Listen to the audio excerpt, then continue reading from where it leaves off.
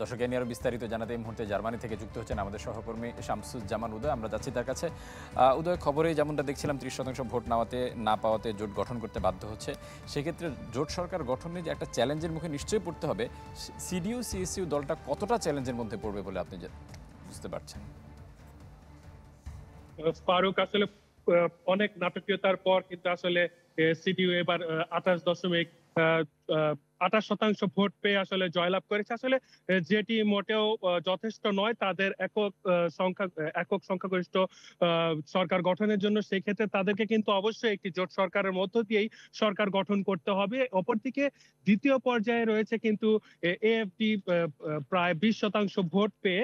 তবে এর আগে থেকেই নির্বাচনের আগে থেকেই কিন্তু সুস্পষ্টভাবে সিএসইউ বা সিডিইউ পন্থী সকলেই কিন্তু বলে দিয়েছিল তারা যত কিছুই হোক আসলে এএফডির সাথে কিন্তু কোন রকম জোট সরকারে যাবে না।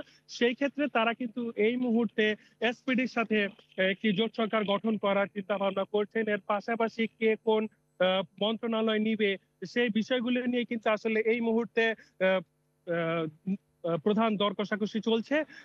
এখনো কিন্তু পুরোপুরি নির্দিষ্ট করা হয়নি যে আসলে এসপিডির সাথেই কি পুরোপুরি ভাবে কোলেশনের বা জোট সরকার গঠন করতে যাচ্ছেন কিনা।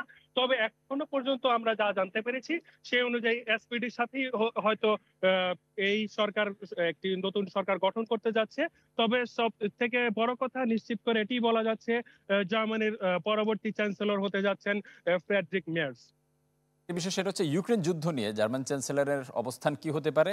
পাশাপাশি তিনি এটাও আশা প্রকাশ করেছেন যে ইউরোপের যুক্তরাষ্ট্রের উপর নির্ভরতাটা তিনি কমাবেন। সেটি আসলে কতটুকু সম্ভব? ফ্রেডরিক মেয়ার্স কিন্তু তার নির্বাচনী ম্যানিফেস্ট বা গতকালকে আসলে তার সম্ভাব্য জয় ঘোষণার পর থেকে কিন্তু তিনি সুস্পষ্ট করে নির্দিষ্ট করে জানিয়ে দিয়েছেন তার প্রধান লক্ষ্যই হবে ইইউ কে আরো সংগঠিত করা এবং ইইউ কে আরো শক্তিশালী করা। সেই ক্ষেত্রে তাদেরকে আসলে যে সকল পন্থা অবলম্বন করতে হয় তারা সে সকল পন্থাই অবলম্বন করবেন। পাশাপাশি ইউক্রেনকে তারা সকল প্রকার সহায়তা দেওয়ার নিশ্চিত করেছে এবং ইতোমধ্যে তাদেরকে আরো যুদ্ধ সরঞ্জাম পাঠানোরও কথা জানিয়েছেন এই সিডিইউ নেতা।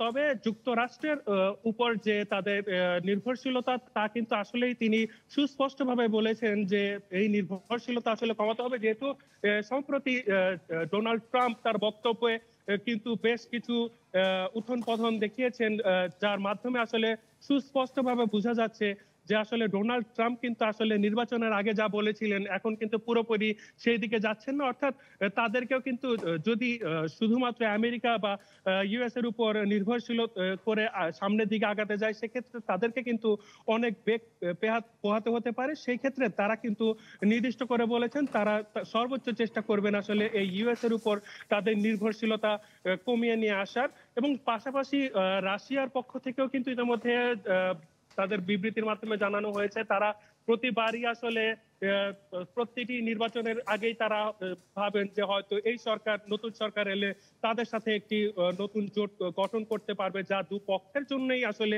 খুব খুবই সুখের হবে বা ভালো হবে। এবং আসলে সেই প্রত্যাশাই রয়েছে রাশিয়ার পক্ষ থেকে। এবং আমরাও এই প্রত্যাশায় রয়েছি যে জার্মানির যে অর্থনৈতিক উথল পতন রয়েছে গত কয়েক বছরে সেটি হয়তো এই বছর বা আগামী দিনগুলোতে নতুন উন্মোচনের দিকে যাবে। উদয়, আপনাকে অসংখ্য ধন্যবাদ। দর্শক, জার্মানি থেকে জানাচ্ছিলেন আমাদের সহকর্মী শামসুজ্জামান উদয়।